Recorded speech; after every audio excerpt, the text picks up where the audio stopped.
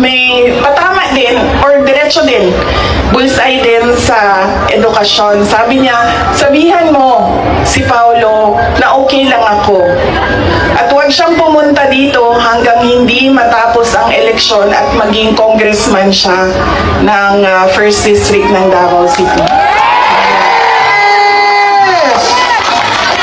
At sabi niya, sabihin mo kay Baste, hindi siya pwedeng pumunta dito hanggang hindi matapos at ma-elect siyang Vice Mayor ng Davao City.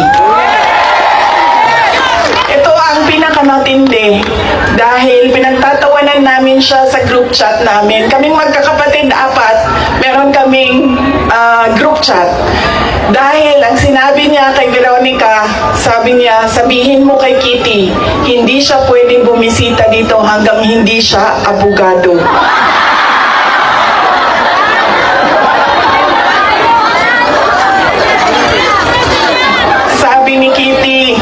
Sabi ni Kitty, grabe ang overacting ni Papa. So, ibig sabihin ba, mga 5 years, she has 5 years until she becomes a lawyer, na meron pa akong 5 taon na bago ako makabisita. Ganon siya kahit na nandun siya sa loob, ang kanyang iniisip, unang-una, yung mga kapatid ko na kailangan magtrabaho para sa syudad ng Davao, yung kapatid ko na kailangan mag-aral.